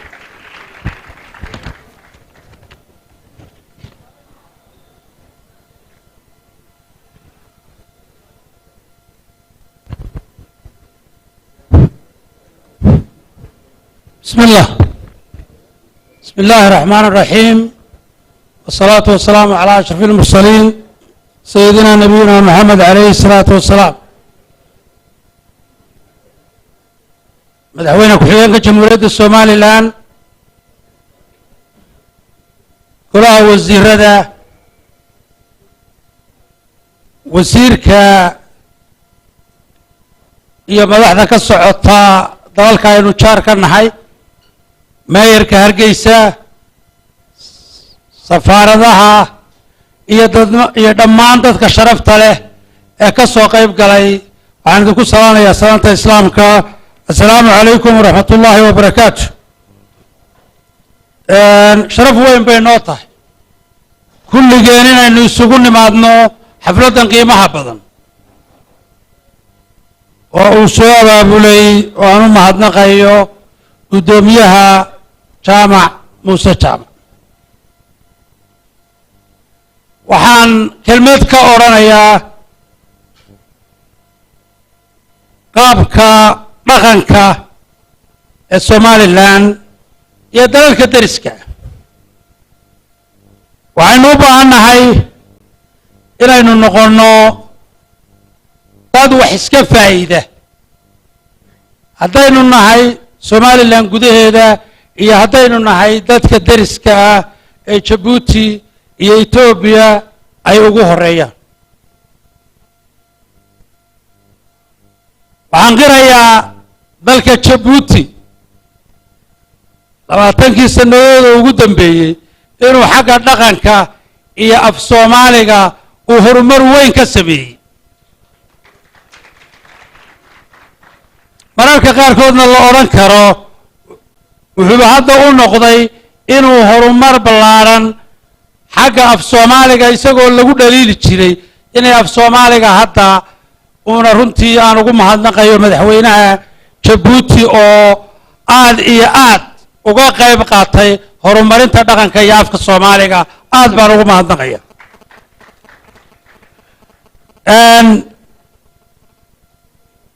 waxaan u malaynayaa Jigjiga iyo Hargeysa waxaa loo kala socdaa 150 kilomitir waxaa loo kala socdaa 2 saacadood. qofka Jigjiga ka soo baxay halka yimaada isagoo aan weli shaahu qaboobin buu Hargeysa soo galaa hadda. dhaqan badan iyo culture badan oo la isugu sheegayaa ma jirto. waxaan qiyaasayaa inay isku mid yihiin marka madaxda ka socota Ethiopia gaar ahaan kelinka shanaad ee Soomaaliya aad baan iyagana Soomaalida aad baan u soo dhaweynaynaa. qodobkan kaga ama baxaya hadalkayga waxa weeye ka wasaarad ahaan waxaa la sameeyaa buugag aad u badan baa la qoraa. buugagtaasi lama oran karo 100% way wada saxan yihiin. waxaase sharaf u ah in dadku bilaabeen in buugag la qoray oo ah horumar aynu ku tallaabsanay. waxaa kaloo iyadana sharaf inoo ah inaynu buugagga laftarkooda saxno. ma yihiin kuwa bulshada wax u soo kordhinaya, ma yihiin kuwa bulshada isu soo dhaweynaya, ma yihiin kuwa bulshadu wax ka faa'iidayso, ma yihiin kuwa dhaqan ahaan dalka wax u taraya. dad badan oo khubari waxay igula taliyeen in la qoray buugag aan dan u ahayn oo aan badnayn oo keenaya social conflict ama soo cusboonaysiinaya waxyaalo hore oo bulshadu dhaqan ahaan ay ku kala duwaneed ama baraydh ahaan ay ku kala duwaneed. taa waxaan kollay dad khubaraa bay leedahay, waxaanu samayn doonaa xafiis faafreeb oo hadda faraha lagu hayo,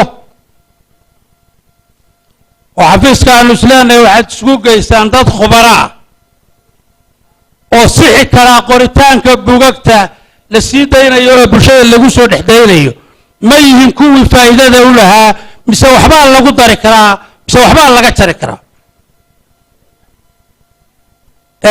iyadana gacanta ayaanu ku haynaa, laakiin inaanu dhiirigelinno qoritaanku waa wax, iyo bulshadu inay ka faa'iidaysato in dadku wax qoraan oo lagu dhiirado waa horumar aynu odhan karno xaggii sax ahayd baa loo qaado. aad iyo aad baan ugu faraxsanahay inay hoygan dhaqanka Hargeysa inay sii wadaan arrintan.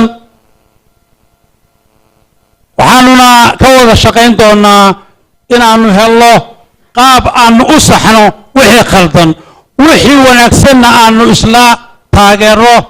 waxaan kaloo aad iyo aad ugu mahadnaqayaa meeyarka Hargeysa oo maalintii dhoweyd ku baaqay in la sameeyo ololo nadaafadeed.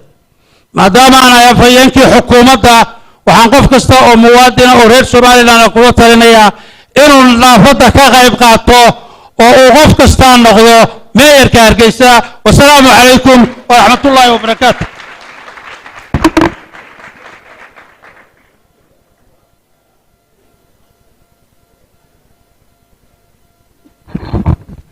mahadsanid wasiir. iminkana waxaan kelmad siinaynaa Dr. Sacad Cali Shire oo ah wasiirka maaliyadda Somaliland. kusoo dhawow Dr. Sacad.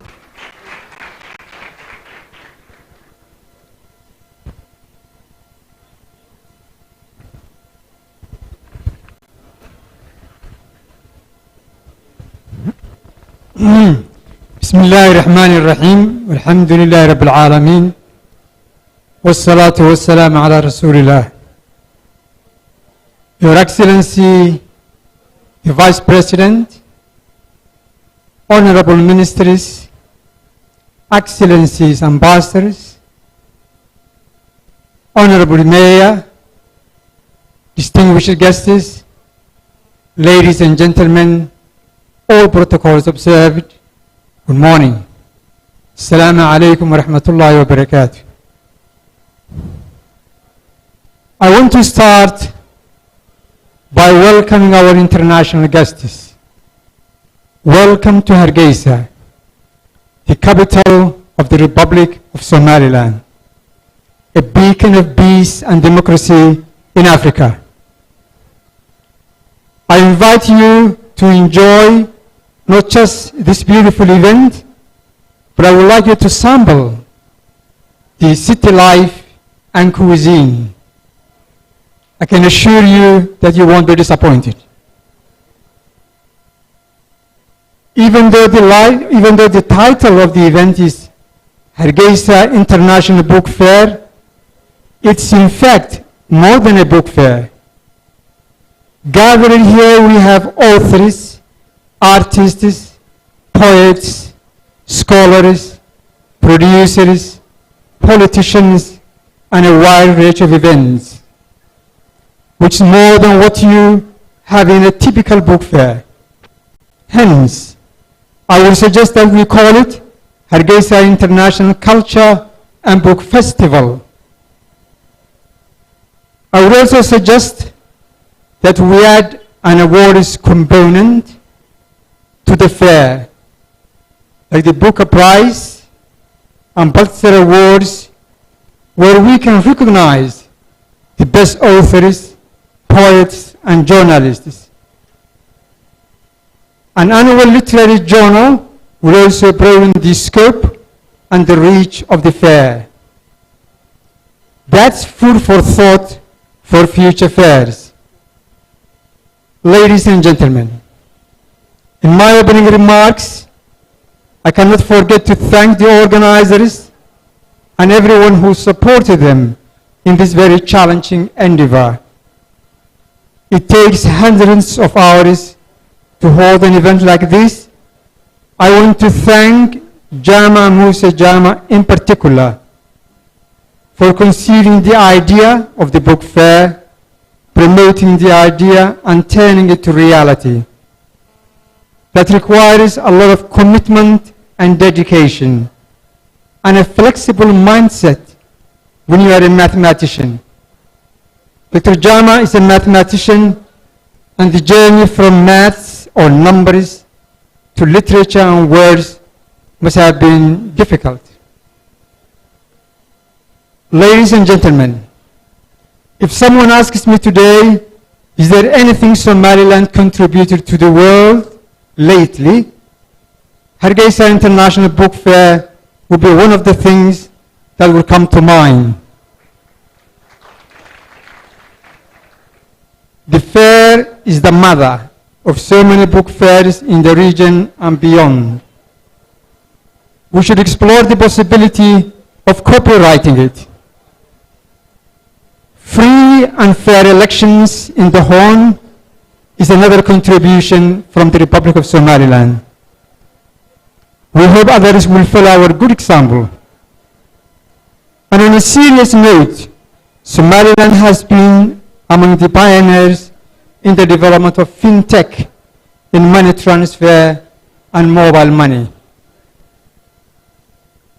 Ladies and gentlemen, the theme of this year's fair is neighborhood, and the guest country is Ethiopia, which is quite befitting.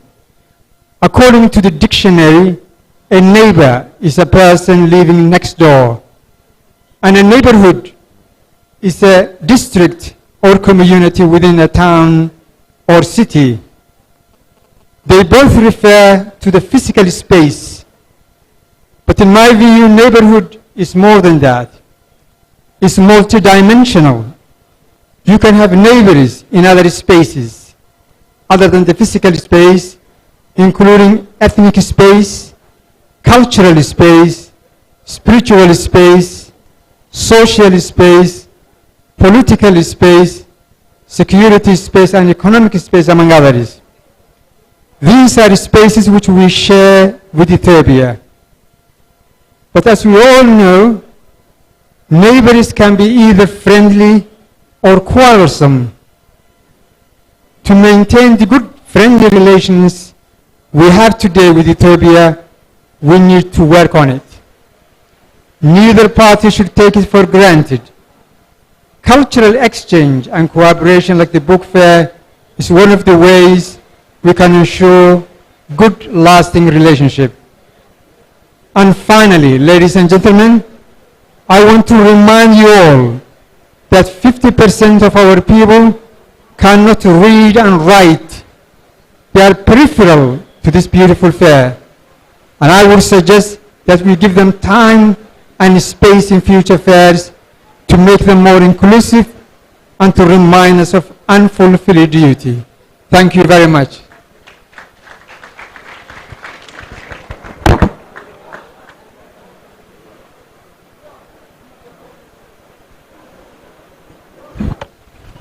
aad iyo aad baad u mahadsan tahay Dr. Saad Cali Shire. Iminkana waxaan ku soo dhaweynayaa stage-ka madaxweyne ku-xigeenka Jamhuuriyadda Somaliland Cabdiraxmaan Cabdilaahi Ismaaciil Saylici oo nagala qayb galay book fair-kii hore 2019-kana. soo dhawow mar labaad.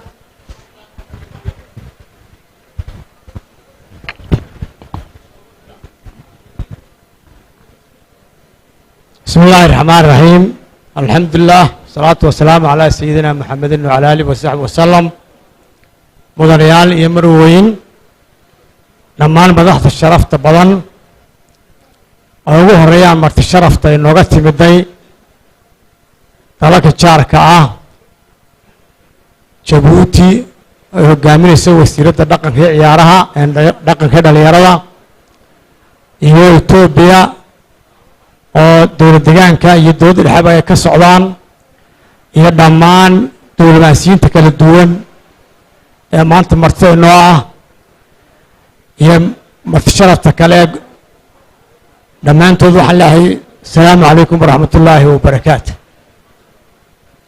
salaan kadib waxaan runtii aad iyo aad sharaf weyn maanta inoo ah inaan maanta ka soo qayb galno Hargeisa Book Fair sanadkii 14aad oo maraya oo runtii xaflad aad iyo aad loo soo agaasimay aad u qiimo badan waxaan marka hore u mahadnaqayaa jaamac muuse jaamac oo ah aasaasaha Hargeisa Book Fair ama bandhigga buugaagta Hargeysa oo runtii nin aad u qiimo badan saa la wada sheegay qarankuna runtii qaranka Somaliland mahad weyn ugu hayo adkaysiga badan iyo halka ka soo bilaabay iyo muddo dheer uu soo wada hawsha uu ka meeldhaliyay inuu maanta indhaha caalamka ku soo jeediyo Somaliland iyo caasimadda Hargeysa ee Jamhuuriyadda Somaliland aad iyo aad buu mahadsan yahay haddaan xukuumaddanayna waan ku garab taagannahay dadaalkiisa aad iyo aad baan u garab taagannahay bandhigga qiimaha buugagta aad baa looga wada warramay wuxuu kobcinayaa garaadka dhalinyarteenna garaadka aqoon-yahankeenna waxay isku yimid maanta ka faa'iidaysanayaan intaasoo aqoon-yahan oo ka socota daafaha caalamka ama dalalka jaarkeena ha noqoto ama kuwa daafaha caalamka ha noqoto oo ah aqoon-yahano gabayaa artistis waxaan jecelahay inay ka faa'iidaysataan muddada 6 cisho ah oo waqtigiina ayaan idinka beerdaraynin maanta waxaa la soo qaatay waxaan runtii aad iyo aad uga xunnahay sidaa adduunyadaba u saameeyey xanuunkaa ina saameeyey COVID-19 oo sanadkii hore naga hawsha inoo socotay ee sanadlaha inaga joojiyey halkii sanadkii 2019 ay ka ahayd dalka Egypt kelmaduna ahayd wada lahaansho ama coexistence maanta in la soo qaatay oo martii noogu tahay dowladda nijaarka Ethiopia oo kelmadda la soo qaatay tahay jaarnimo qiimaheeda inagu waxaana dad islaama dhaqan ahaan jaarka qiimihiisa waxaanu aad iyo aad u tixgelin weeyaan jaarnimadu waxay ka bilaabantaa aqalka ku xiga sidaasay u soconaysaa ilaa iyo maaragtay mujtamaca kugula nool magaalo dalka kugu xiga dunida oo dhan oo waxay maanta adduunyada u socoto in ummaddu isdhex gasho oo nolol fiican lagu wada noolaado oo qoqobnaanta laga wada qaado maaragtay mujtamacyada nool sida maaragtay maanta dunida horumartay reer galbeedku gaadheen innagoo qaaraddii Afrika waxaynu u soconnaa inaguna inaan saas oo kale inaan shacbigeenna ama mujtamaceenna Afrikaanka ihi in isdhexgalka la xoojiyo oo laga bilaabo dalbadal ku xigo Ethiopia maanta inagu muddada imika 20 sano runtii Jamhuuriyadda Somaliland iyo Ethiopia aad iyo aad bay isdhexgalka u bilaabeen hadday tahay dhaqaalaha hadday tahay siyaasadda hadday tahay waxbarashada waad ogtihiin imika jaamacadaha Ethiopia waxaa ka furan in ka badan 4 jaamacadood oo Ethiopia laga leeyahay ardaydeena waxayna siiyaan waxbarashadana siiyaan bilaasha taas waxay keenaysaa inay yarayso ama ay xoojiso isdhexgalkii bulshada reer Somaliland iyo bulshada Ethiopiaanka Djibouti iyadoo dad aan af iyo diin iyo waxba wadaagno runtii isdhexgalkeenu laba dalo waxnaan la kala gooyey laba qaaro la kala gooyey sida aadna sheegtay dad intayada badani halkaana waan Jabuutina waan nahay Somalilandna waan nahay anoo kale Jabuutina waan nahay Somaliland waan nahay marka inay taasi ka sii durugto sida la yahay oo dad isku socon kara saacaday doonaan wixii hal wadan yaalla wadanka kale si xorriyad ku tagi karo in la qaado caqabado fara badan baynu u baahannahay wuxuu ka mid yahay markaa arrintani book fairka iyo tii shalay lagu qabtay jigjiga labaduba waxay ka mid yihiin waxyaabaha isdhexgelinta bulshada xoojinaya ee qaaday caqabadaha maaragtay afrikada haysta ee kala qoqoraya bulshooyinkeenna waxaan markaa leeyahay hadalka intiisi badan waa la yidhi waxaan mar labaad aad ugu mahadnaqayaa safiirada gaar ahaan safiirka midowda Yurub oo sii sagooteeno oo saaxiib Somaliland ahaa oo inuu muddo inoo joogay 2 sano iyo jarjar runtii wuxuu bedelahay gabadh aad u wanaagsan in uu cushay gabadh kale inay isaga bedelayso iyo waxaan ka rajaynayaa in gabadhaasina saaxiib wanaagsan oo Somaliland soo socday ay noqoto halkii gabadhii hore iyo beerlaanka noo joogeen inay noo soo gali doonto insha Allah isaga uu sagooteena hadii reer Somaliland nahay waxaan leenahay nasiib wanaagsan baa leeyahay mustaqbal wanaagsan waxay waan isku maqanahay haddii maartay la bedelina waxa islaha waan inoo maqan dhammaan aad iyo aad baan ugu mahadnaqayaa safiirada kala duwan ee halkan isku yimiday waxaan leeyahay dhalinyarta Somaliland halkan isku timiday gobolka ka timidana muddada inay ka faa'iideystaan baa loo baahan yahay waan inoo furan yahay bandhigii laga bilaabo maanta ilaa muddadaas 5 cisho ama 6 cisho waa inoo furan yahay bandhigii ilaahay inoo barakeeyo alla isku samro aada loo kala faa'iideysto salaamu calaykum waraxmatullaahi wabarakaatu madaxweyne kursido sidii ku baaqahay barwaaqeynta nabad iyo rumadkii dalka tahay farxada ku dhaliniyo baryada ku doono garaangara ku sheekaygana barwaaqiyo gaadhsii horumarka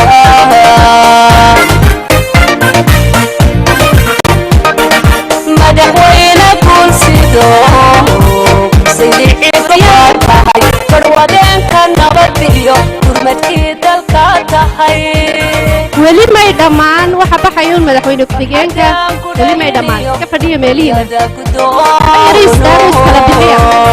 garaangara ku sheekaygana barwaaqiyo